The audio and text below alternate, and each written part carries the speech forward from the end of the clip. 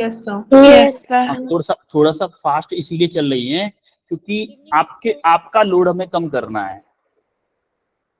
क्योंकि अगर किसी चैप्टर को आपसे बोले पढ़ने के लिए कि आप पढ़ के आना, तो आपको ज्यादा टाइम लगेगा एज कम्पेयर टू कि हम सब बच्चों को बुला के हम रिवाइज करवाएं उसको, तो कम टाइम लगता है ना।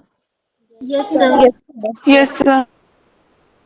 तो इसके लिए एक काम करते हैं हम, इस कैसे क्वेश्चन ट्रैक करना है इसके लिए मैं एक सेशन रख लूंगा जिसमें कि दोनों बैचेस के बच्चों को बुलाऊंगा और दोनों बैचेस के बच्चों को समझाऊंगा अच्छे से पूरा कि बेटा हमें फिजिक्स को ऐसे ट्रैक करना है, इस तरीके से हमें ट्रैक करना है कि इस तरह से अगर हम क्वेश्चंस को करेंगे तो हमारे हो पाएंगे।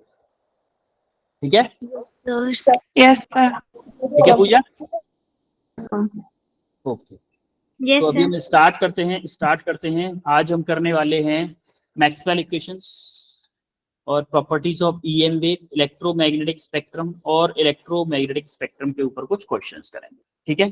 तो पहले ये बताओ, ये सबसे पहले आपको दिख रहा है the instantaneous magnitude of E and B में रिलेशन एक बताया था, ई और बी का फॉर्मूला एक बताया था मैंने। E upon B is equal to C. Yes, E upon B equal to C. Similarly, मैंने एक मैक्सवेल ने एक कैलकुलेट किया था इलेक्ट्रोमैग्नेटिक वेव की वेलोसिटी, स्पीड या velocity, under root epsilon naught upon mu naught epsilon naught mu naught. yes, C equal to 1 upon under root में epsilon not mu not. Similarly ये वो बताओ ये ट्रू है या फॉल्स है? सब लोग बोला करो, एक बच्ची बोल रही है। क्या हो रहा है? ये एक बच्चा बोल रहा है बस, सब लोग बोला करो ना। ट्रू है फॉल्स है? ट्रू है। यस, एब्सोल्युटली ट्रू है ये फंक्शन। ये जो है energy stored by electric field and magnetic field is equal to total energy density electromagnetic wave. जो टोटल एनर्जी डेंसिटी होती है वो दोनों का सम होता है। दोनों का क्या होता है? सम होता है। जैसा कि हमने बताया था U equal to UE plus UV, था कि नहीं था? Yes sir. तो ये फंक्शन क्या आपका ट्रू है। अच्छा, अब हम आते हैं कंसेप्ट ऑफ डिस्प्लेसमेंट करंट पर। डिस्प्लेसमेंट करंट का फंक्शन अब हम कंसेप्ट देखने वाले हैं। तो डिस्प्लेसमेंट करंट का क्या होता है, देखो ध्यान से देखिएगा। सबसे पहले क्या हुआ था कि हमारा करंट, मान लो ये जो सर्किट है ये पूरा है, ठीक है।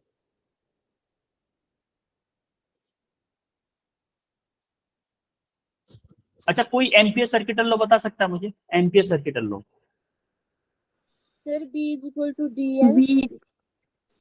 Integration of B dot DL equal to mu not I. यानी कि एम्पियर बोलता था, एम्पियर चचा बोलते थे कि जो हमारा लाइन इंटीग्रल है वो अगर हमारा किसी वायर में करंट जा रहा है आई, तो उसके कारण मैग्नेटिक फील्ड क्या होगा, ये एम्पियर चचा बताते। लेकिन क्या कैपेसिटर, तो हमारे मैक्सवेल चचा ने क्या किया कि उन्होंने देखा कि भाई यहाँ पे करंट फ्लो हो रहा है, यहाँ पे मैग्नेटिक फील्ड होगा, बिल्कुल होगा साहब। यहाँ पे नीडल रखी, यहाँ पे मैग्नेटिक फील्ड बोला, भाई यहाँ तो होगा ही होगा। लेकिन उन्होंने क्या किया, कैपेसिटर के बीच में भी नीडल रख के देखी, कैपेसिटर के बीच में भी नीडल रख के देखी, तो यहाँ पे भी मैग्नेटिक नीडल, यहाँ पे भी कुछ डिफ्लेक्ट हुआ। अब डिफ्लेक्ट हुआ इसका मतलब क्या है, इसके बीच में भी मैग्नेटिक फील्ड होगा कि नहीं? Yes. मैक्सवेल चचा क्या थे कि इनिशियली ये डिफाइन नहीं कर पाए कि भाई मैग्नेटिक फील्ड तो है लेकिन क्यों है। क्योंकि एम्पियर चचा की बहुत इज्जत थी मार्केट में, बहुत वैल्यू थी मार्केट। एम्पियर चचा की बात सब मानते थे कि भाई जहां करंट होगा वहां मैग्नेटिक फील्ड होगा, जहां करंट होगा वहां मैग्नेटिक फील्ड होगा। अब कैपेसिटर के दोनों प्लेट्स के बीच में कोई करंट था नहीं, इनिशियली कोई करंट नहीं था। तो मैक्सवेल चचा ने क्या किया, एक अलग से डेफिनेशन बनाई कि दोनों प्लेट्स के, कैपेसिटर की दोनों प्लेट्स के बीच में एक करंट होता है जिसको हम क्या बोलते हैं, डिस्प्लेसमेंट करंट बोलते हैं। ये किसकी वजह से होता है, चेंज इन इलेक्ट्रिक फील्ड की वजह से। किसकी वजह से होता है, change in electric field. Magnitude कितना होता है, जो नॉर्मल करंट जो फ्लो होता है ना सर्किट में, उसको उसने बोला क्या, कंडक्शन करंट। आईसी को क्या बोला उसने, कंडक्शन करंट। वो आईडी को क्या बोला, डिस्प्लेसमेंट करंट। मान लो यहाँ से आपका आई जो जा रहा था, इसको क्या बोला उसने, आईसी बोला, और जो कैपेसिटर की प्लेट्स के बीच में जो फ्लो हो रहा था उसको उसने क्या बोला, क्या बोला, डिस्प्लेसमेंट करंट। डिस्प्लेसमेंट करंट आया कैसे?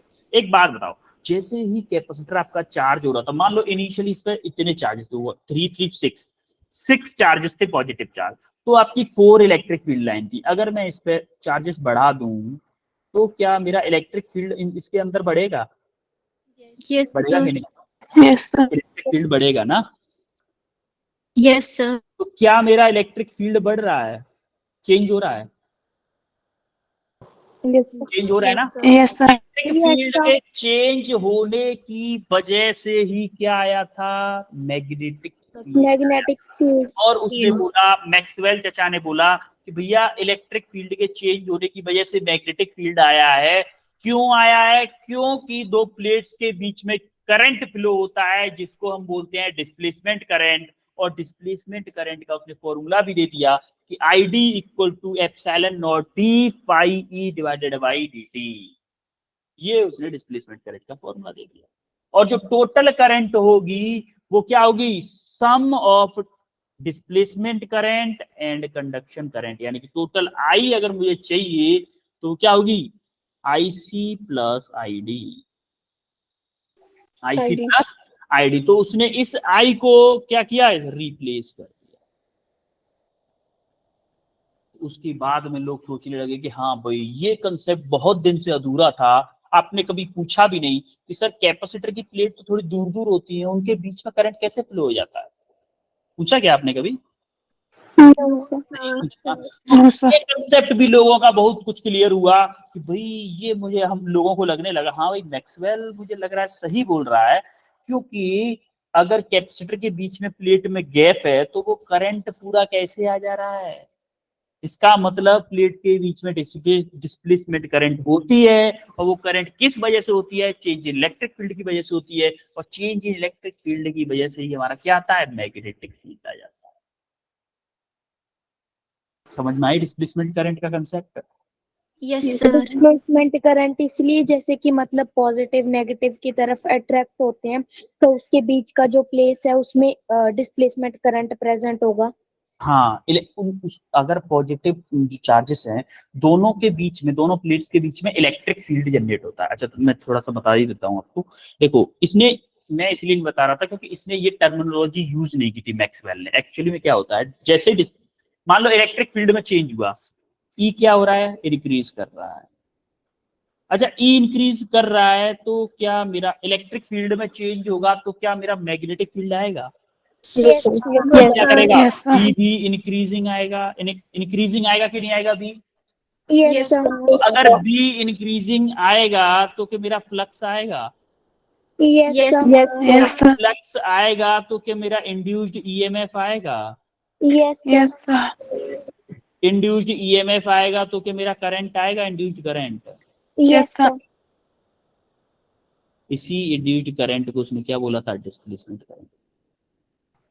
यस मैं इसको इसलिए नहीं बोलना चाह रहा था क्योंकि मैक्सवेल ने ये टर्मिनोलॉजी यूज करके एक्सप्लेन नहीं किया था, क्योंकि अगर मैक्सवेल इसको टर्मिनोलॉजी को यूज करके बोल देता तो जो ईएमआई वाले बंदे थे वो डाल लेते इसको कि ये तो हमारा कंसेप्ट है भाई, तुम कैसे ये बोल रहे हो कि हमने रिसर्च की है इस पे। इसीलिए उसने क्या किया, उसने अलग तरीके से बताया कि चेंज इन इलेक्ट्रिक फील्ड की वजह से चेंज इन मैग्नेटिक फील्ड आ रहा है। Yes sir. समझ में आया आपको displacement current? Yes sir. Yes, sir. अब हम देखते हैं मैक्सवेल फॉर्मूला। मैक्सवेल ने क्या किया, कुछ नहीं किया। मैक्सवेल ने क्या किया, कुछ नहीं किया। देखो ये गॉस लॉ ऑफ इलेक्ट्रोस्टैटिक में हम पढ़े थे कि cyclic integral of Yes, sir. Equal to q upon epsilon not. उसने सिर्फ उसको वेक्टर फॉर्म में लिख दिया, बोल दिया मेरा फर्स्ट लॉ है ये। मैक्सवेल ने क्या किया, मेरा फर्स्ट लॉ। सिमिलरली उसने सेकंड लॉ बोला कि Gauss law in magnetism. Gauss law in magnetism ये लॉ इसने हालांकि डिसाइड किया था कि देखो अगर मान लो कोई मैग्नेट है, इसने बोला कि कोई मैग्नेट है, मान लो नॉर्थ पोल और ये साउथ पोल, मान नॉर्थ पोल से रेज जाएंगी और साउथ पोल की तरफ एंटर करेंगे कि नहीं? Yes sir. Yes, sir. यहाँ से निकल रही हैं तो मान लो यहाँ पे 2 रे इधर जा रही हैं और 2 रे इसमें एंटर करेंगे कि नहीं? Yes sir. तो अच्छा, अब आप गॉसियन सरफेस बनाओ जरा। जब आप एक गॉसियन सरफेस बनाओगे, मान लो ये मैंने कोई गॉसियन सरफेस बनाया, ये क्या है? गॉसियन। Gaussian surface. आप जब देखोगे net magnetic field line from the Gaussian surface will be equal to 0, 0 होगा। देखो गॉसियन सरफेस से दो लाइन निकल रही है कि नहीं निकल रही है? देखो यस सर। दो लाइन निकल रही है, और इधर देखो दो लाइन एंटर भी कर रही है, मैग्नेटिक फील्ड लाइन एंटर कर यस रही है कि नहीं? सर। इसीलिए उसने बोला कि किसी भी क्लोज सरफेस का मैग्नेटिक फील्ड क्या होगा? 0 होगा। 0। समझ में आया कैसे बोला उसने? Yes sir. Similarly third law में उसने क्या किया? फैराडे चचा को पकड़ लिया। फैराडे चचा से बोला कि भाई आपने क्या बोला था हमसे कि ईएमएफ, आपने ओनली ये फॉर्मूला दिया था d∅/dt। हम दे रहे हैं कि ईएमएफ तो होगा ही होगा, change electric field of line integral of a close surface. किसी सरफेस का लाइन इंटीग्रल ले हम, तो वो क्या होगा? माइनस के d∅/dt। क्या होगा? माइनस के d∅/dt। एक्चुअली में उसने फैराडे लॉ को ही चेप दिया दोबारा से, फिर से फैराडे लॉ को ही चेप दिया। फोर्थ लॉ में उसने क्या किया? Maxwell ampere circuital law. बेचारा एम्पियर सर्किटल लॉ ने रिसर्च किया, उसने डिस्प्लेसमेंट करंट घुसा दिया। एम्पियर सर्किटल लॉ क्या था? एम्पियर सर्किटल लॉ सिंपल ये था, mu not I mu not आई था। इसने इस आई को डिस्प्लेस किया किससे?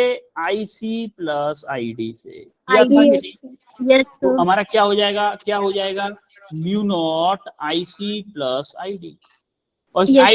ID की हमने वैल्यू निकाली थी, तो हमारा फॉर्मूला क्या आ गया? अब इस इक्वेशन को उसने बोला कि ये मेरी इक्वेशन है मैक्सवेल। अब मैं आपने एम्पियर से बोला कि आपने रिसर्च की है, इस पे मेहनत की है, तो चलो आपका भी नाम लगा देता हूं, मैक्सवेल एम्पियर सर्किटल लॉ। समझ में आया? Yes sir. एक्चुअली में मैक्सवेल कौन था? चोर था। उसने सारी इक्वेशन चुराई ना। Yes sir. रिसर्च की थी उसने, मेहनत की थी, लेकिन उसी को मॉडिफाई किया। और एक्चुअली साइंस तो मॉडिफिकेशन ही होता है। तो चोर तो बोलना सही बात नहीं है, मेहनत की थी बंदे ने, चोर तो बोलना सही बात नहीं है। बट हाँ, उसने लॉज काफी यूज किए। क्लियर है चारों? Yes sir. ओके, अब हम पढ़ने वाले हैं properties of electromagnetic waves. Properties कैसे? प्रॉपर्टीज में हम पढ़ेंगे, इसमें से काफी सारी प्रॉपर्टीज आप पढ़ चुके हो, काफी सारी प्रॉपर्टीज। देखो फर्स्ट वाली देखो जरा क्या है? Vibration in both electric and magnetic field occur simultaneously. क्या आपको याद है मैंने डांस करके बताया था यहाँ पे? Yes sir. ऐसे डांस करके मैं दौड़ा था कि इलेक्ट्रिक फील्ड आपका ऐसे मूव करता है, मैग्नेटिक फील्ड ऐसे मूव करता है, आगे की तरफ दौड़िए भी बताया था कि नहीं? बताया था ना? तो क्या आपकी इलेक्ट्रिक फील्ड ऐसे मूव कर, उसी टाइम पे मैग्नेटिक फील्ड क्या हो रही थी? इलेक्ट्रिक फील्ड मान लो मैक्सिमम है, मैग्नेटिक फील्ड इधर मैक्सिमम है। इलेक्ट्रिक फील्ड मिनिमम हो गई, नीचे की तरफ नेगेटिव हो गई, मैग्नेटिक फील्ड इधर नेगेटिव हो गई। तो ऐसे मूव कर रहे थे कि नहीं कर रहे थे ये दोनों साथ ही साथ? ऐसे मूव कर रहे थे, मतलब सेम टाइम पे मैक्सिमम हो रहे थे, सेम टाइम पे मिनिमम हो रहे थे, सेम टाइम पे 0 हो रहे थे। हाँ, तो दिख नहीं रहा है। दिख नहीं रहा है? वीडियो नहीं दिख रही क्या मेरी? सर दिख रही है। बेटा हो सकता है आपके नेटवर्क प्रॉब्लम हो। तो ये क्लियर हुआ था उस क्लास में कि सेम टाइम पे आपकी मैक्सिमम हो रही है, सेम टाइम पे 0 हो रही है, और सेम टाइम पे क्या हो रहा है? मिनिमम हो रही है। तो ये फर्स्ट वाला क्लियर है। सेकंड वाला देखो जरा, the direction of electric field are mutually perpendicular. Electric and magnetic field की डायरेक्शन परपेंडिकुलर थी। अभी मैंने दोनों हाथों को बताया आपको, एक ऐसे जा रहा है, एक ऐसे जा रहा है। क्या दोनों परपेंडिकुलर है एक दूसरे के? Yes sir. परपेंडिकुलर है। और प्रोपगेशन की डायरेक्शन के भी परपेंडिकुलर है, पर and perpendicular to direction of propagation.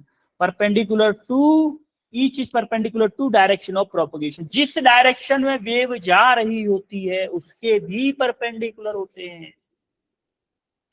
होते कि नहीं? Yes sir. थर्ड लॉ देखो जरा, electric field vector E and magnetic field vector B are related, ये तो फॉर्मूला आपने बताया ही था अभी, E c equal to E not E not upon B not, ये फॉर्मूला तो आपने बताया ही था, वो वही फॉर्मूला है। सिमिलरली ये फॉर्मूला भी आपने बताया था, c equal to 1 upon under root में mu not epsilon not. Yes, sir. ये वेलोसिटी कहाँ होती थी? स्पेस में, फ्री, या फिर बोलो फ्री स्पेस बोलो या एयर बोलो, इसमें क्या होती थी? C equal to 1 upon mu not upon epsilon. अगर कोई मटेरियल हो तो क्या होगा? अगर कोई मटेरियल हो तो क्या हो जाएगा? मटेरियल के म्यू और एप्सिलॉन नॉट आ जाएंगे। यस सर, म्यू और एप्सिलॉन मटेरियल के आ जाएंगे, तो मटेरियल में, किसी मटेरियल में लाइट की वेलोसिटी पता चल जाएगी। Yes, sir. देखो ये जो प्रॉपर्टी है वो मैं आपको बता चुका हूं, इसीलिए मैं थोड़ा फास्ट कर रहा हूँ। सारी प्रॉपर्टी आपको जानी पहचानी आ रही होंगी। इसको देखो, electromagnetic wave behave always principle of superposition. Superposition मतलब, अगर मान लो, आपको याद है सुपरपोजिशन प्रिंसिपल हमने उसमें भी पढ़ा था, इलेक्ट्रोस्टैटिक में। मान लो कोई चार्ज है, Yes. क्यू चार्ज है कोई, इसके कारण इस पॉइंट पे इलेक्ट्रिक फील्ड, तो या फिर यहाँ पे एक और चार्ज है प्लस क्यू, और यहाँ पे एक और मैंने चार्ज रख दिया प्लस के 2q, इसके कारण जो इलेक्ट्रिक फील्ड होगा, मान लो E है, इसके कारण 2E होगा, तो टोटल इलेक्ट्रिक फील्ड क्या हो जाएगा? E प्लस 2E, यानी कि वेक्टर सम हो जाता है, वेक्टर सम हो जाता है सबका, होता है कि नहीं? Yes, Yes, sir. Electrostatic Yes. था वही, सेम टू सेम, उसी को हम बोलते हैं सुपरपोजिशन प्रिंसिपल। यानी कि इसमें क्या होता है, जैसे एक वेव आ रही है, अगर दूसरी वेव भी उसके साथ आ गई तो बुरा नहीं मानेगी दूसरी वेव। भाई तू आ रही है, मैं अपना काम जो पहले कर रही थी वही काम करूंगी, तू आ रही है तू भी आ जा, तू भी अपना काम वही कर। एक दूसरे का बुरा नहीं मानती। समझ में आया? Yes, sir. Yes, sir. जैसे मान लो किसी वेव का डिस्प्लेसमेंट हो रहा है, पहली वेव थी R1 थी, उसका मान लो डिस्प्लेसमेंट था 1 सेंटीमीटर। एक और वेव आ गई, इसके साथ एक और वेव आ गई, उसका भी 2 सेंटीमीटर है, तो टोटल डिस्प्लेसमेंट कितना होगा? 3 centimetre. 3 centimeter. Total displacement 3 centimetre. इसी को हम बोलते हैं क्या? Principle of superposition. ऐड हो जाते हैं भाई। सेवंथ क्या है? Electromagnetic wave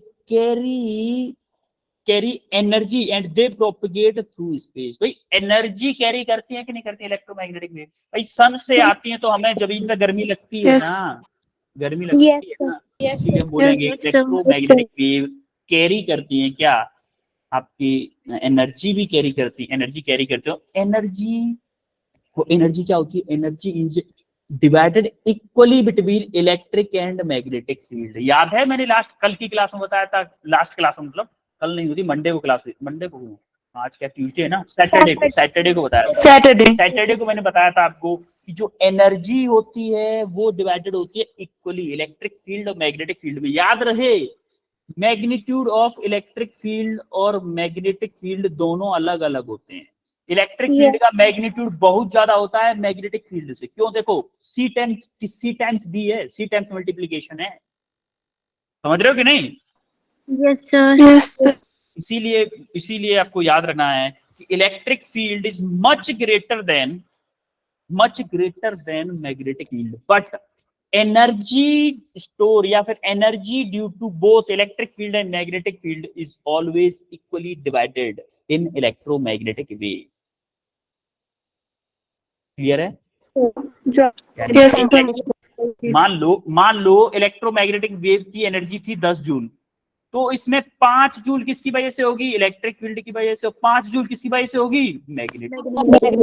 Magnet field. भले ही इन दोनों के मैग्नीट्यूड कितने भी अलग हों, लेकिन एनर्जी दोनों बराबर रखते हैं। एनर्जी में कंप्रोमाइज दोनों नहीं करते। समझ में आई बात?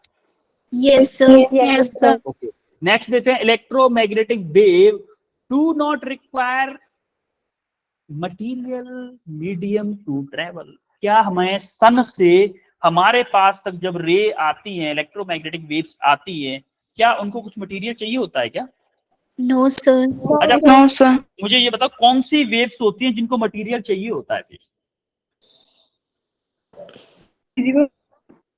हाँ? Radio waves. Radio wave? No, वो भी इलेक्ट्रोमैग्नेटिक वेव ही होती है बेटा, रेडियो वेव भी।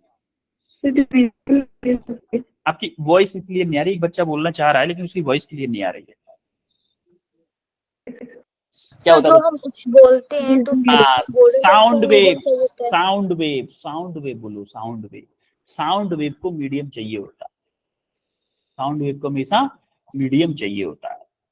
मैकेनिकल वेव, आपने देखा होगा, एक लोहे का पाइप हो, उसमें एक छोटा सा वो मार दो, मतलब ईटा मार दो या कुछ भी मार दो, लोहे का यस टुकड़ा सर, मार दो, तो आप उसको खन खन खन खन की आवाज दूसरे एंड तक पहुंचती है कि नहीं? यस यस सर, Yes, क्या sir.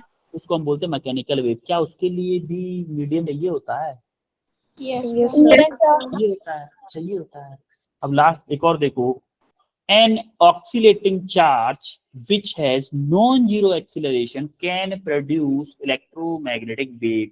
कल चिल्ला चिल्ला के ये बात हुई थी हमारी लास्ट क्लास में कि ऑक्सीलेटिंग चार्ज हो या फिर एक्सीलरेटिंग चार्ज हो, क्या ये दोनों इलेक्ट्रोमैग्नेटिक वेव बना सकते हैं?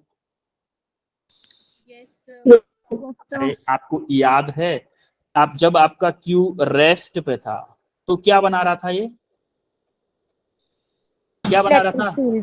Electric field. Only only E बना रहा था। जब आपका प्लस क्यू मूविंग में था, यूनिफॉर्म मोशन में था, इलेक्ट्रिक और मैग्नेटिक फील्ड दोनों Electrical magnetic तो field. क्या बना था? ई एंड बी दोनों बना रहा था। जब आपका क्यू एक्सिलरेटेड मोशन में है, EM waves, EM EM waves और waves इलेक्ट्रिक and और मैग्नेटिक electric field क्या and बना था? magnetic field. ई बना रहा था एंड मैग्नेटिक फील्ड बना रहा था और ईएम वेव भी बना रहा था। इन तीनों पे बेस क्वेश्चन आ सकता है आपको कि electron is accelerating, it produce electromagnetic wave, electromagnetic wave, और आपका only electric field, only magnetic field या इलेक्ट्रिक मैग्नेटिक फील्ड दोनों, ऐसे करके क्वेश्चन आ सकता है ना इस पे बेस। याद रखना है, इन चीजों को भूलना नहीं है। क्वेश्चन करो जरा इसको फास्ट, पढ़ा दो इसको जल्दी से। हैंडरेस करो, हैंडरेस करो, इजी क्वेश्चन है। हलवा है, हलवा खा लो इसको। रबड़ी है, रबड़ी खा लो, रबड़ी को। अभी भी नहीं खा रहे हैं लोग, अभी भी इंतजार कर रहे हैं।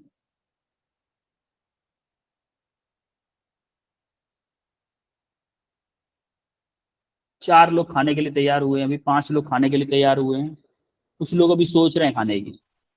इस रबड़ी को भी नहीं खाओगे तो क्या खाओगे भाई? कल रक्षाबंधन है। Excuse me, sir. हाँ बेटा बताओ। Yes, sir. Sir, screen show नहीं हो रही है. सबको नहीं हो रही है, एक बच्चे को नहीं हो रही बेटा? सबको हो सर रही है हमें हो रही है स्क्रीन शो, हो रही है सर. बेटा? हो सकता है नेटवर्क इशू आपकी तरफ। तेजस्विनी,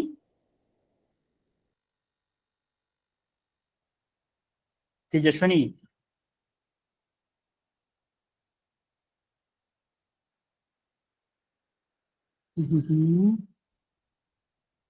नीलम, नीलम आंसर बताओ। अच्छा ठीक है, एक काम करते हैं, सबके हैंड डाउन कर दो। फर्स्ट ऑप्शन वाले हाथ उठाओ। फर्स्ट ऑप्शन जिनका करेक्ट है, जिनका आंसर फर्स्ट ऑप्शन है, जिनका आंसर फर्स्ट ऑप्शन करेक्ट है। फॉल्स बताना याद रहे, फॉल्स ऑप्शन बताना है कि फॉल्स कौन सा होगा, उस पर क्लिक करना है हमें। 2 लोगों के हिसाब से पहला ऑप्शन करेक्ट है, एक नीलम के हिसाब से पहला ऑप्शन करेक्ट है। सेकंड ऑप्शन किसका करेक्ट है? सेकंड ऑप्शन के साथ कौन कौन जाना चाहेगा? सेकंड ऑप्शन प्रीति Sandhu, okay. Third option Riya Sharma, मतलब किसी को अकेले नहीं छोड़ना है। फोर्थ ऑप्शन द्वारा हैंड रेज करो। फोर्थ ऑप्शन के साथ में 12, 13, 14, 15, 16, 17, 18, 19, 20, 19।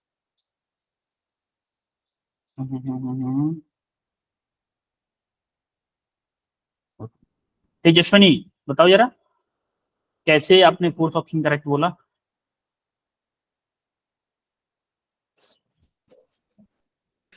सर मेरे को स्क्रीन शो नहीं हो रही है, गलती से हो गया होगा.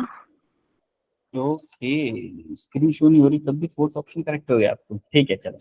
सर नहीं, सर मेरा कब से रेज था हैंड.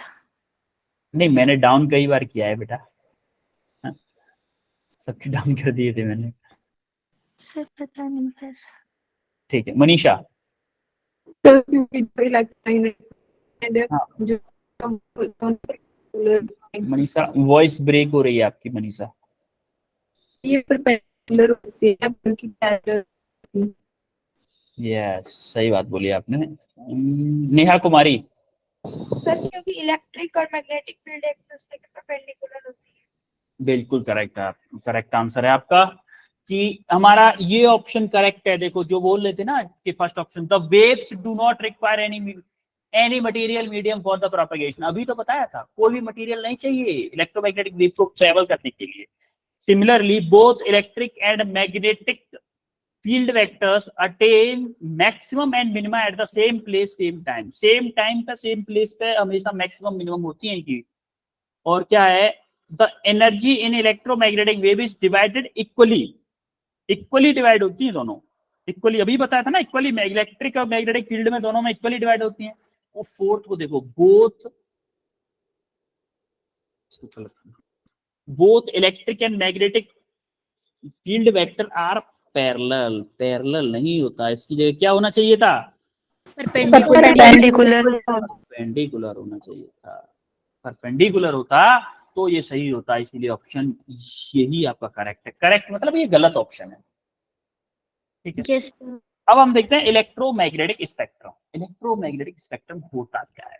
इलेक्ट्रोमैग्नेटिक स्पेक्ट्रम किसको बोलते हैं? The complete frequency and wavelength distribution of electromagnetic radiation is called electromagnetic spectrum. हमारा जो लाइट इलेक्ट्रोमैग्नेटिक वेव को पूरा डिस्ट्रीब्यूट कर दे, पूरा। अब आपको याद, अब मैं बता दूं, अभी तक मैंने आपको रटने के लिए नहीं बोला है, अब मैं बोलूंगा रट लो।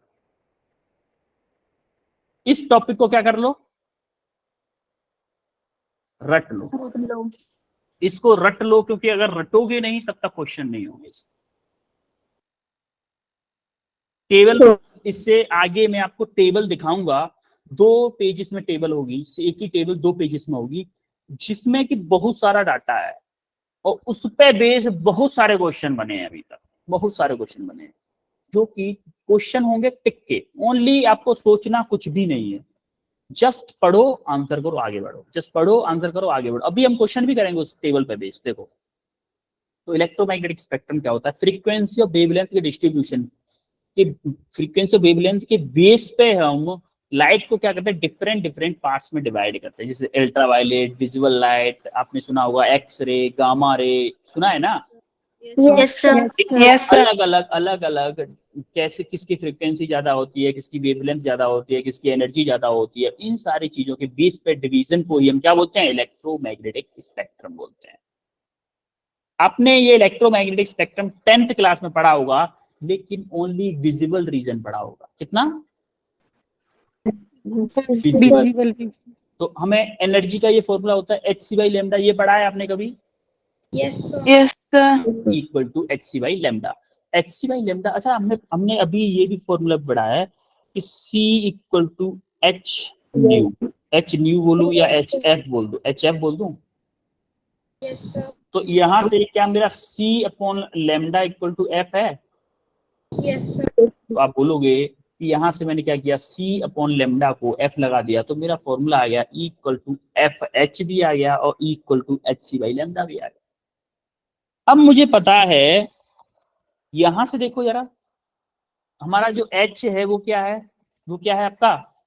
Planck's constant. है आपका प्लैंक्स कांस्टेंट है। अब प्लैंक कांस्टेंट है तो उसकी वैल्यू क्या होती है? 6.63 इंटू 10⁻³ जूल पर सेकंड। ये आपका प्लैंक्स कांस्टेंट की वैल्यू होती है। अच्छा यहां से देखो, क्या मैं बोलते, देखो H आपका कांस्टेंट है, C भी आपका कांस्टेंट है, ये दोनों क्या है? कांस्टेंट है। तो क्या मैं बोलूं कि E is inversely proportional to 1/λ, या फिर E is directly proportional to 1/λ बोलूं? Yes, sir. क्या एनर्जी वेवलेंथ के इनवर्सली प्रोपोर्शनल है? और इस फॉर्मूले से अगर आप देखोगे तो energy is directly proportional to frequency, है कि नहीं? Yes, sir. तो मैं बोलूं कि जिस वेव की वेवलेंथ ज्यादा होगी, क्या उसकी एनर्जी कम होगी? Yes, sir. या फिर मैं बोलूं कि जिस वेव की, जिस लाइट की हमारी फ्रीक्वेंसी ज्यादा होगी, फ्रीक्वेंसी अगर ज्यादा होगी, क्या उसकी एनर्जी भी ज्यादा होगी? Yes. तो इसी बेस पे हमने क्या किया, इसको डिवाइड किया कि हमारे इस सीक्वेंस को याद रखना हमेशा, X gamma, X UV, visual region, infrared, microwave और रेडियो वेव। इसको याद रखना है। क्यों याद रखना है भाई? इसको याद रखना है क्यों? इसको इसलिए याद रखना है क्योंकि मैंने ये लाइन बनाई है ना, ग्रीन लाइन, ग्रीन दिख रही है, डाउनवर्ड दिख रही है, डाउनवर्ड। Yes, sir. डाउनवर्ड का मतलब है इंक्रीजिंग इन वेवलेंथ। वेवलेंथ जैसे जैसे नीचे आओगे, वेवलेंथ आपकी इंक्रीज होगी। अच्छा, नीचे आने पे वेवलेंथ इंक्रीज हो रही है, क्या मेरा ई कम हो जाएगा नीचे आने पे? Yes, sir. नीचे आऊंगा तो मेरा एनर्जी कम होगा, या फिर मैं बोल दूं कि नीचे से ऊपर की तरफ जाऊंगा तो मेरा एनर्जी इंक्रीज होगा कि Yes, sir. एनर्जी हो रहा है। इसका मतलब मैं बोलूंगा कि फ्रीक्वेंसी और एनर्जी ये दोनों साथ साथ रहते हैं और बेचारी वेवलेंथ को अकेला छोड़ देते हैं। जैसे ऊपर से, जैसे X gamma, X UV, visual, infrared, microwave, radio wave, जे इस सीक्वेंस में आओगे तो वेवलेंथ का आपको इंक्रीमेंट नीचे की तरफ दिखेगा और एनर्जी का आपको ऊपर की तरफ इंक्रीमेंट। क्लियर है? Yes, sir. Yes, sir. आगे बढ़े? Yes, sir. हाँ बेटा बोलो। उसकी wavelength सबसे कम वॉइस बेटा, वॉइस मुझे समझ में नहीं आ रहा आप क्या पूछना चाह रहे हो। Sir, chat मेरे दोस्त को बोलो।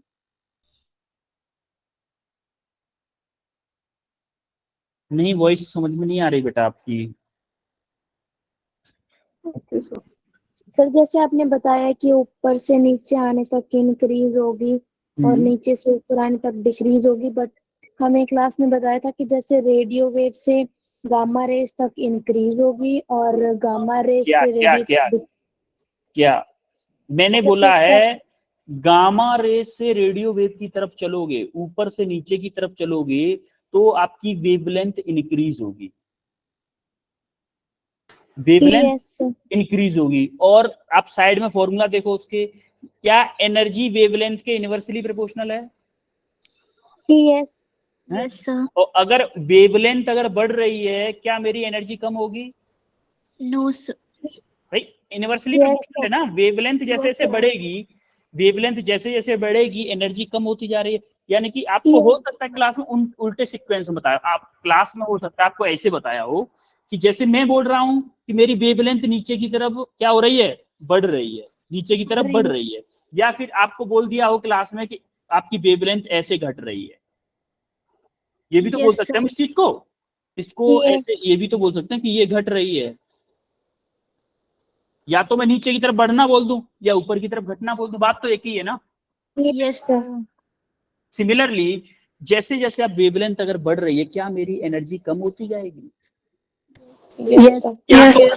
या तो मैं बोल दूं कि नीचे की तरफ जाऊंगा तो मेरी एनर्जी कम होती जाएगी, या फिर मैं बोल दूं कि नीचे से ऊपर की तरफ जाऊंगा तो मेरी एनर्जी बढ़ेगी। Yes, sir. कंफ्यूज नहीं होना। आप किसी भी एक तरीके को मान लो, किसी भी एक को, या तो फ्रीक्वेंसी को, उसके वेवलेंथ के एक तरीके को मानो, वेवलेंथ को मानो कि भाई ऊपर वाले की सबसे कम वेवलेंथ होगी और नीचे वाले की सबसे ज्यादा वेवलेंथ होगी। ऊपर वाले की सबसे कम होगी, नीचे वाले की सबसे ज्यादा होगी। वेवलेंथ के बेस पे डिसाइड करते जाओ। वेवलेंथ होता है 1/λ, होता है कि नहीं? 1/λ। लैम्डा जैसे जैसे बढ़ेगा, क्या मेरा ई कम होगा? Yes, sir. और अच्छा, ई अगर मेरा कम होगा, क्या मेरा एफ भी कम होगा? Yes, sir. हाँ, फिर से एक बच्चे का डाउट है, बताओ। सर जैसे जिस रेस की सबसे ज्यादा एनर्जी होती है उसके कैरेक्टर क्या होते हैं? बेटा वो पढ़ेंगे ना अभी हम, जस्ट वेट। इसके बाद में जो टेबल आने वाली है ना, वो वही बताएगी, वही सारी चीज बताएगी कि उसका यूज क्या है, कितनी एनर्जी है, कितनी फ्रीक्वेंसी है, किसने खोज की थी उसकी, वो सारी टेबल है जो कि आपको रटनी है। Yes, sir. उसी से आ रहे हैं, उसी से आ रहे हैं, जो आप पूछ रहे हो ना उसी पे आने वाले हैं। जस्ट इससे इस स्लाइड से आगे वही स्लाइड है। क्लियर है सबको? Yes, Yes, sir. sir. Yes, sir. Okay, अब देखो आपका काम आ गया यहाँ पे। अब ये आपको पूरा रटना है, आपको याद, इसमें समझने वाला कुछ है ही नहीं, कुछ भी नहीं है। देखो X-ray, gamma ray, X-ray, ultraviolet ray, visual ray. अब देखो आप कह रहे थे ना हमारे स्कूल में ऐसे बताया, आप ये तो रिसर्चर है जिसने खोज की है, ये है हम कैसे इसको मतलब क्रिएट करते हैं। वेवलेंथ पे देख लो, वेवलेंथ रेंज क्या 10 टू दी गामा रेज की 10 टू दी पावर माइनस के 14 मीटर से 10 टू दी पावर माइनस के 10 मीटर है कि नहीं? Yes, sir. अच्छा, मैंने क्या बताया, नीचे की तरफ आने पर इंक्रीज हो रही Yes, है। sir. तो इधर देखो एक्सरे की 6 into 10 to the power minus के 12 से 10 टू द पावर माइनस के 9 है। क्या इसकी इंक्रीज हुई है कि नहीं हुई है गामा रेज से? Yes, sir. हैं? Sir. फिर से नीचे आओ, Yes, sir. 6 into 10 to the power minus के 10 से 10 टू द पावर माइनस के 7 तक हुई है। देखो फिर से इंक्रीज हुई है कि नहीं हुई है वेवलेंथ? So 11 Yes, sir. क्या तो 10⁻⁻11 की कोई भी वेवलेंथ नहीं होती है? बेटा होती है, उसके बीच उस पर देखो, ये रेंज है, एग्जैक्ट डाटा नहीं है ये एक एक्चुअल में रेंज है जिनमें लाइट को डिवाइड किया गया है। आगे चल के हो सकता है कि इससे भी ज्यादा लाइट को डिवाइड कर दिया जाए। जैसे जैसे टाइम बढ़ता जा रहा है, हमारी टेक्नोलॉजी बढ़ती जा रही है ना। Yes, sir. Yes, sir. अरे पहले हम चांद को नहीं देख पाते थे, अब चांद पे हमारा चंद्रयान भी पहुंच गया। तो Yes, जैसे sir. जैसे Yes. टाइम Yes, निकल जा रहा है, जैसे आप बोले ना 11 की रेंज की कोई भी नहीं है, क्या 11 की रेंज की होगी? बिल्कुल होगी भाई। तो यहाँ पे माइनस के 10, अब नीचे की तरफ देखते जाओगे लेमडा क्या कर रहा है, इंक्रीज कर रहा है कि नहीं कर रहा है? अगर लेमडा इंक्रीज कर रहा है तो फ्रीक्वेंसी और एनर्जी क्या करेंगी? Decrease. Decrease. नीचे की तरफ जाते जाओगे फ्रीक्वेंसी और एनर्जी डिक्रीज करें। देखो यहाँ पे 22 है पावर, यहाँ पे क्या है 19 है। देखो ये जो बेटा ये जो रेंज है ना, ये रेंज वेरी करती है। रेंज एग्जैक्ट नहीं है। किसी और बुक में देखोगे हो सकता है कि 10 टू द पावर -12 से -10 दे दे। एक्सरे की रेंज वेरी करती है, बुक टू बुक भी वेरी कर जाती है थोड़ी बहुत, इसमें कोई वो बड़ी बात नहीं है। राइटर टू राइटर भी चेंज कर जाती है रेंजेस। तो होता क्या है, आप नीचे की तरफ देखोगे फ्रीक्वेंसी क्या कर रही है, लेमडा अगर नीचे की तरफ क्या कर रहा है, कम हो रहा है, तो फ्रीक्वेंसी क्या होगी? लेमडा बढ़ रहा है ना, सॉरी लेमडा बढ़ रहा है ना नीचे आने पे, और फ्रीक्वेंसी क्या होगी? इंक्रीज करेगी। सिमिलरली एनर्जी क्या करेगी? इंक्रीज करेगी, Decrease. सॉरी डिक्रीज करेगी। हाँ डिक्रीज करेगी नीचे की तरफ डिक्रीज करेगी। देखो यहाँ पे 22 पावर है, यहाँ पे 19 हो गई, यहाँ 17 हो गई, यहाँ 14 हो गई। सिमिलरली यहाँ देखो 10 टू द पावर 7 to 4 है, यहाँ पे 5 हो गई, 5 to 3 हो गई, यहाँ पे 3 to 3 इलेक्ट्रॉन वोल्ट रह गई, यहाँ पे 3.2 इलेक्ट्रॉन वोल्ट से 1.6 इलेक्ट्रॉन वोल्ट रह गई। और ये सब रीजन है, जैसे हम पढ़ते थे ना विवग्योर पढ़े थे। Yes, sir. Yes, sir. Visual region का सब पार्ट है। यहाँ पे इंडिगो, यहाँ पे इंडिगो और आएगा, बस इंडिगो कलर मिसिंग है इसमें से, इंडिगो और आ जाएगा बीच में।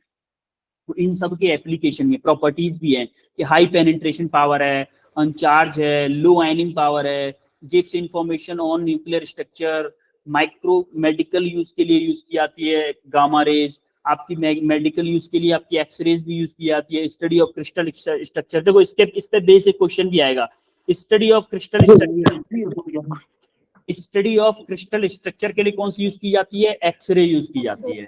इस पे बेसिक क्वेश्चन भी आएगा। Yes. तो ये जो टेबल है इसको आपको याद करना है पूरा, इसके लिए कोई चारा नहीं है, इसके लिए कोई चारा। अब मैं फास्ट फॉरवर्ड में क्वेश्चन करूंगा, उससे मैं दिखाऊंगा कि इस टेबल से कैसे किस टाइप के क्वेश्चन बनते हैं। जरा इस क्वेश्चन को देखो, जरा इस क्वेश्चन को देखो, आंसर करने की कोशिश करो। देखो जरा क्वेश्चन को, आंसर बोल दो C gamma rays. बोलो। हम C gamma rays. Question fast करेंगे। कौन सी है? Gamma rays. ठीक है, इसको बताओ जरा, the frequency of gamma X and ultraviolet rays are, sequence बताओ दोनों में, तीनों में सीक्वेंस किस सीक्वेंस में होगी? तो option A. Option A. Option yes सब लोगों का ऑप्शन ए है? Yes Sir, option. Option A he correct होगा, क्योंकि सबसे ज्यादा गामा रे होती है, फिर एक्सरे होती है, फिर अल्ट्रावायलेट रेज होती है। ठीक है, अब देखो इसको देखो जरा, pick the largest wavelength from the following types of radiations. Largest wavelength देखनी है, लार्जेस्ट वेवलेंथ याद Gamma है, ray. Largest gamma wavelength. Rays. Gamma rays. Gamma ray. हमारा ऊपर से नीचे आने पे क्या होता था वेवलेंथ का? इंक्रीज। इंक्रीज। इंक्रीज। तो गामा की तो सबसे कम होगी ना, गामा की तो सबसे कम होगी। For X-rays. X-rays. No no no no, red light. Red light, बिल्कुल। देखो गामा सबसे ऊपर थी, एक्स उसके बाद में थी, उसके बाद में क्या थी, उसके बाद में क्या थी, यूवी, यूवी थी, अल्ट्रावायलेट थी, अल्ट्रावायलेट के बाद में विजिबल रीजन था। इंफ्रारेड। अब देखो विजिबल, हाँ विजिबल के बाद में इंफ्रारेड थी, वो भले ही छोड़ो, हमें चाहिए ये तीनों चीजें दी हुई है, ये दी हुई है, एक ये दी हुई है। देखो ये तो ऊपर है, ये ऊपर है, इसका मतलब इनकी वेवलेंथ तो कम होगी, इनसे ज्यादा विजुअल रीजन की होगी। अब विजुअल रीजन में भी क्या होता है, विबग्योर होता है, विबग्योर होता है कि नहीं, यस सर। Yes sir. ये होता है। तो सबसे इनमें सबसे ज्यादा किसकी होती है, रेड की होती है, लार्जेस्ट। तो हमारा कौन सा ऑप्शन होगा, red colour. D option. Clear है? Yes, sir. Yes sir. ये क्वेश्चन बताओ जरा, अभी जस्ट मैंने बोला है इसको, structure of solid investigated by using which X-rays. X rays. इस क्वेश्चन को करो जरा।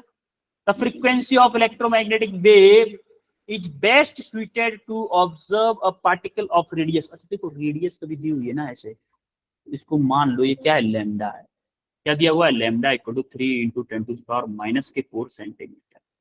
अब आपको निकालना क्या है पता है आपको, फ्रीक्वेंसी निकालनी है, फ्रीक्वेंसी निकालनी है। अब तो निकाल दो इसको, फ्रीक्वेंसी निकालनी है आपको, बस फॉर्मूला आपको सिंपल वाला पता है, जरा कर दो इसको तो कर दो भाई, इसको तो कर दो, बहुत इजी क्वेश्चन है।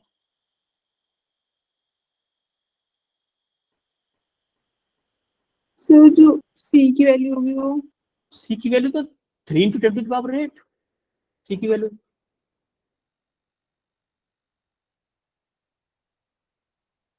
इसके बाद में एक क्वेश्चन होगा, वो मैं कराऊंगा, एक क्वेश्चन आप करो। Sir option D. Option D. Option D. सबका ऑप्शन डी आ रहा है।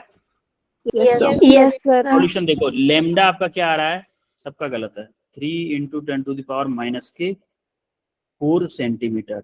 हमारा सी क्या होता है, 3 × 10⁸ होता है ना, मीटर पर सेकेंड। ये देखो सेंटीमीटर में है, तो इसको सेंटीमीटर में कन्वर्ट करो, 3 × 10⁻10 सेंटीमीटर पर सेकेंड। यही गलती किए होंगे ना सब लोग। Yes sir. C equal to क्या होता है, सी इक्वल टू क्या होता है, Lambda. Lambda, lambda. Lambda F. F आपको निकालना है, सी अपॉन लेमडा। सी क्या है आपका, 3 × 10⁻10 डिवाइडेड बाई 3 × 10⁻⁻⁴। 3 से 3 कैंसिल हुआ, तो आपका क्या हुआ, 10⁻14 हर्ट्ज। समझ में आया आपने क्या गलती की है? Yes sir. ओके, इस क्वेश्चन को मैं करवाता हूं, क्योंकि इस क्वेश्चन में थोड़ा सा एक फॉर्मूला, अलग से फॉर्मूला लगेगा। इसमें बोला है intensity of the wave. Intensity का फॉर्मूला होता है इलेक्ट्रिक फील्ड के टर्म में, इलेक्ट्रिक फील्ड के टर्म में होता है half epsilon naught E R M S का स्क्वायर मल्टीप्लाई बाई सी। ये फॉर्मूला आपको याद रखना है, ये फॉर्मूला है, इस पे बेस ये क्वेश्चन है। देखो आपको क्या चाहिए, इंटेंसिटी चाहिए। हाँ, एप्सिलॉन नॉट की वैल्यू बोलो जरा, एप्सिलॉन नॉट की वैल्यू 8.85 कूलम -12। अब देखो ई आर एम एस क्या दे रखा है मुझे, 100 का स्क्वायर इंटू सी की वैल्यू क्या होती है, 3 × 10⁸ जब इसको सॉल्व करोगे, इसको सॉल्व करने के बाद में लंबम आएगा 13.3 वॉट। Yes sir. तो ये आपका कभी कभी इंटेंसिटी ऑफ द वेव के टर्म में क्वेश्चन पूछ लेता है, तो आपको ये फॉर्मूला यूज सकता है। क्लियर है? सर एक बार पीछे वाला क्वेश्चन दिखाना हाँ ये वाला। सर। C की वैल्यू 3 × 10⁸ आनी थी ना नीचे। 10⁸ कहाँ पे, सर जो फॉर्मूले में पुट करी थी। सेंटीमीटर में किया है कन्वर्ट। नहीं 10⁸ नहीं 10 आएगी ना, मीटर पर सेकंड को हमने सेंटीमीटर पर सेकंड में कन्वर्ट किया है सी की वैल्यू। Okay sir. भाई मीटर पर सेकंड में थी और वेवलेंथ हमें सेंटीमीटर में थी, या तो वेवलेंथ को मीटर में कन्वर्ट कर लो या फिर आप उसकी लाइट की वेलोसिटी को आप सेंटीमीटर में कन्वर्ट कर लो, दोनों में से कोई एक काम तो करना पड़ेगा। तो हमने लाइट की वेलोसिटी कन्वर्ट कर लिया। अच्छा इस क्वेश्चन को करो जरा, इस क्वेश्चन को मैंने इस टाइप का फॉर्मूला भी करवाया है आपको। 2 मिनट है आपके पास इस क्वेश्चन के लिए, 2 मिनट्स। अब मैं आपको हिंट दे देता हूं। पहले आप क्या करोगे, ERMS दे रखा है आपको, पीक मैग्नेटिक फील्ड पूछा है, peak value of magnetic field. आपको याद है RMS EMF का फॉर्मूला मैंने बताया था IRMS के टाइम पे, अल्टरनेटिंग करंट बताया था। Yes sir. IRMS और ERMS दोनों का फॉर्मूला सेम टाइम पे बताया था, सेम स्लाइड में बताया था। तो मैंने आपको बताया था कि ये फॉर्मूला बहुत बार यूज होगा। करो उसको क्वेश्चन को।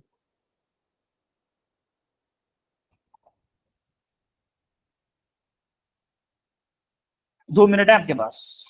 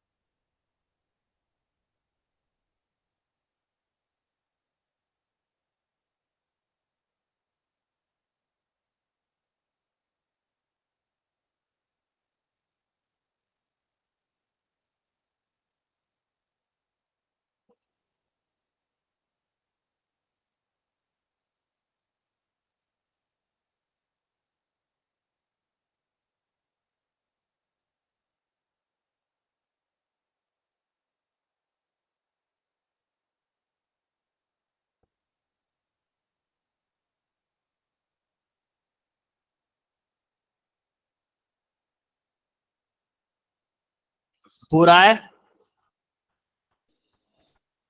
यस सर कर रहे हैं। करो करो।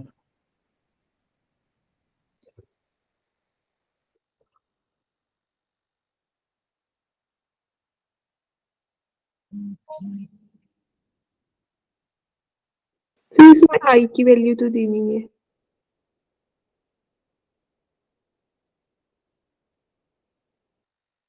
क्या हुआ, आई की वैल्यू। आई की वैल्यू, यस सर। आई हमें क्यों निकालेंगे इसमें बेटा, आई तो हम इसमें निकालने की जरूरत है ही नहीं हमें। चलो मैं करवाता हूँ और कंफ्यूज हो रही। देखो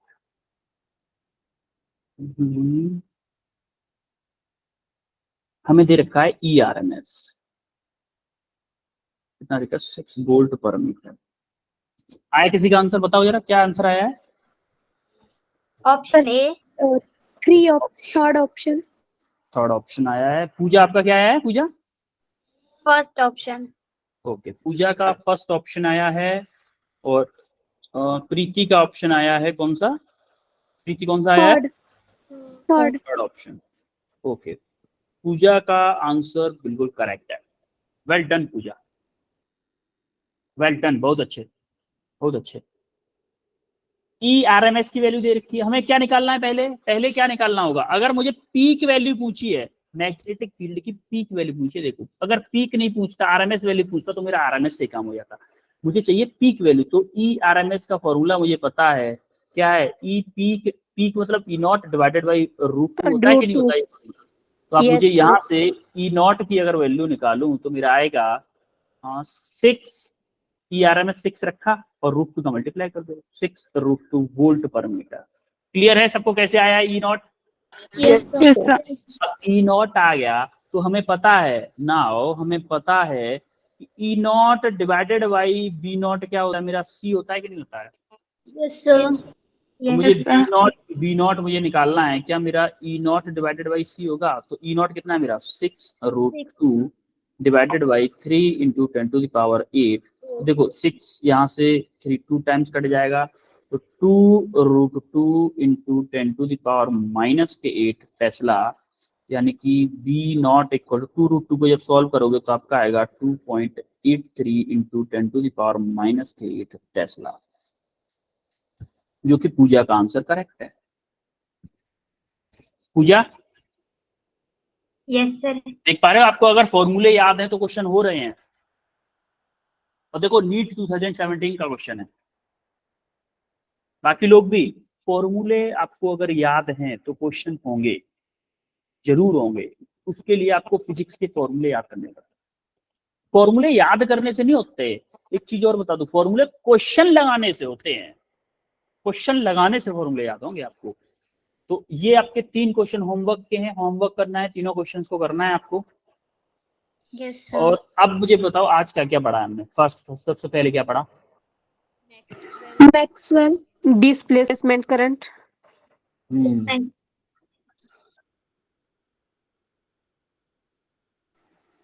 डिस्प्लेसमेंट करंट, फिर प्रॉपर्टीज मैक्सवेल फॉर्मूला मैक्सवेल पढ़ा, फिर properties properties of electromagnetic waves, properties of EM waves, फिर electromagnetic spectrum,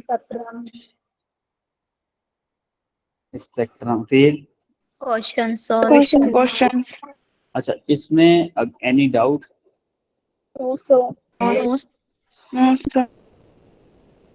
कोई भी डाउट हो तो बताओ। और clear? yes sir. Okay okay बच्चों, फिर मिलते हैं नेक्स्ट क्लास में।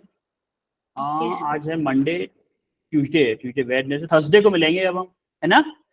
यस थर्सडे को मिलते हैं सेम टाइम सेम प्लेस और कुछ एक नए टॉपिक के साथ में, ठीक है? Yes sir. ओके बच्चों, फिर चलते हैं। Thank you sir. Bye sir. Welcome बच्चों, वेलकम, बाय, वेलकम।